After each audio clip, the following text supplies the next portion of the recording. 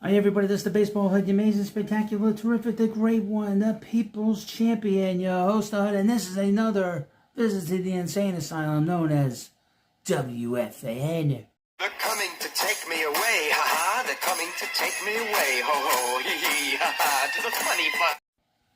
Now, as somebody who visits the insane asylum from time to time, not that I've ever been to one, sometimes, when you observe the crazy house, the nut house, some people leave, some people are able to get out and be amongst us normal people, and then at some point they have to go back. Well, apparently one of the patients at WFAN, former ones, is going to go back. There's a possibility he might go back, and this is a awful announcement. Craig Carton could reportedly head back to WFAN. Well, you talk about a guy that, heading back to somewhere. This is not the first time that he, got skadooshed from the fan. He didn't skadoosh. He skadooshed himself the last time because he left. But he's still kind of skulking around doing this gambling show. This non-gambling show that he has on the weekends. But as you know, he's got a lot of personal problems. But he might be the most talented of the insane people that are there. And it'll be interesting. Well, let's get to the article. With key allies still in place, a return to New York radio is firmly on the table. Craig Carton's time at Fox Sports appears to be nearing its expiration date. In the wake of a sweeping program overhaul that included the cancellation of 3 shows and the exit of Joy Taylor, Carton's national run is faltering. After leaving his high-profile afternoon drive slot at WFAN to launch the Carton Show on FS1, the program eventually rebranded as Breakfast Ball. Really? I didn't know that. Breakfast Ball? That sounds stupid. Alongside Danny Parkins and Mark Skrileff. Neither version gained meaningful traction, and neither did Carton, at least not in the national conversation. Nationally, he's not there, and really, everybody else at WFAN aren't national either. That's why they only talk about local stuff. God forbid they talk about the men and women's sports. God forbid they did that. So it's no surprise that a familiar door might be cracking back open. According to the Athletic's Andrew Marchand, a reunion with WFAN is not out of the question. Interesting. The station has continued to dominate New York's ratings landscape, with the Tiki Barber sliding into Carton's old chair. But where's the competition? They have no competition. When it comes to sports radio, they destroyed ESPN. ESPN never took hold. But one key figure still linking Carton to WFAN is Chris Oliverio, the Odyssey executive who spearheaded Carton's initial comeback after his prison sentence. He was in prison. Oliverio remains a powerful voice in WFAN's future. If anyone could greenlight a second act, it's him. Now, he didn't leave on bad terms this last time. And they basically destroyed the Michael Kay show, by the way. Him and Roberts. Carton hasn't been invincible since leaving Carton and Roberts. Earlier this year, he launched a show on FanDuel TV centered on gambling addiction recovery, a cause he's spoken about with increasing transparency. He even dipped into Yankees radio last August, filling in for a few games during the team's search for John Sterling's successor. That job ultimately went to Dave Sims, who recently clashed with Norman Esiason, Carton's former co-host, before the arrest that reshaped his career. The arrest came in 2017, when Carton was charged and later convicted of orchestrating a Ponzi-style ticketing scam. He resigned from WFAN shortly after being taken into custody by the FBI. Upon his release from federal prison, Carton returned to WFAN, and surprising, we were surprised by that, and successful comeback, joined Roberts in Afternoon Drive and reclaiming a ratings lead before bolting for FS1. And I would mention that the ratings were pretty good. That they also simulcast on SNY,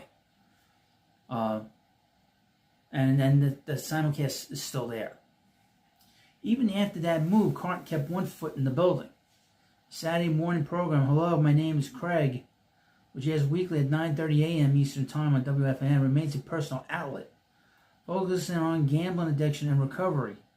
I mean, they do 24/7 on the gambling half-hour show. A subject Carton now embraced with the same candor he once used to bulldoze guests. Where Carton might fit in today's WFAN lineup is unclear. The station boasts a stable weekday rotation of established pairings, and any Carton back into the mix would necessitate significant reshuffling. But this is a guy who's come back from worse. And there's one thing WFAN knows better than any sports station in America. It's how to spin controversy into ratings. And if Carton's national appeal didn't translate, that only makes him a better fit for home. Now, there are some individuals that should be getting nervous. Because if he decides to go back full bore at WFAN, somebody, it's going to be like musical chairs. Somebody's not going to have a chair. And there are candidates that could be without a chair. And they will reshuffle. Because either he'll go back in the afternoon drive or he'll go back in the morning. I could see him doing one or the other. He will not do the middle. He will not do the midday drive, the midday show. Okay, he won't do that. So whoever, one person is going to get bumped off from one of these shows. Okay, and they'll have to figure out what to do with that one person. You know, we had 3 guys that could be in trouble, maybe 4 could be in trouble at WFAN right now. Okay, let's see. Let's speculate. Who could be in trouble? Well, let's start in the morning. Boomer's not going anywhere. But his partner, who has some serious issues of his own, pounding his fist in the desk, you know, wanting to beat up the media. I mean, beat up fans calling up. Greg Giannotti could be in big trouble. And they could say, well, Carton's back in the morning. We'll figure out what to do with Greg. And they'll shift Greg somewhere. You know. And that will have a domino effect. Okay? Because, like I said, Carton is not going to do the midday drive. They're not going to put him there. They'll put him where he's been successful. Either in the morning or in the afternoon. So somebody's losing a job. Put him in the afternoon. Who's in trouble of the 2? Probably Tiki. Tiki could be in trouble. Because he has other interests. He does the football. They can always say, you know, or they can move him somewhere else. Put him somewhere else at a different time slot during the day. I don't think Evan is going anywhere. He's not going anywhere, Evan. They cultivated Evan for 20 years. He's been at the radio station since he was a little kid. When he got his start on Imus's show. He's not going anywhere. That's the one person I know that they will never kick him off any show. And they need him to compete with your host on YouTube. They're not going to do that. So he's not going anywhere. So Tiki could be gone. But Tiki, I don't think they want to get rid of Tiki. I think they like Tiki a lot. Okay? The same thing with Greg. So those 2 could be moving. One of them's going to be moving. In all likelihood. Who's in trouble? Well, somebody in the midday show could be in trouble. Either it's the Coconut Head, Brandon Tierney, or the Spaz Licata, Sal Licata. So one of them could be gone.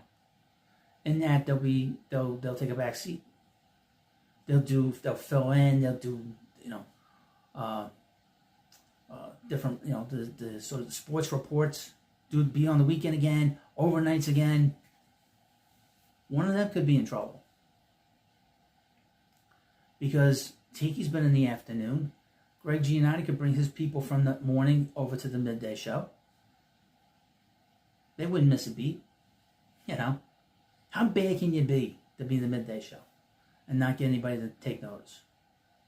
But like I said, those 2 guys in particular, there's only 4 guys that could be gone. One of them's going to be gone. Okay. In terms of being on the radio station all the time.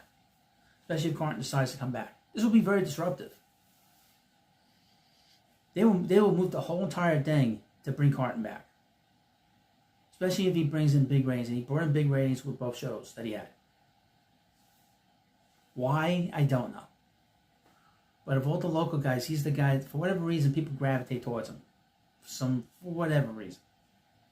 But this is and of course, this is like, moving deck chairs on the Titanic because sports talk radio is not doing it so hot. There's no like Mike and the Mad Dog here. Guys that have some national appeal. None of them have national appeal.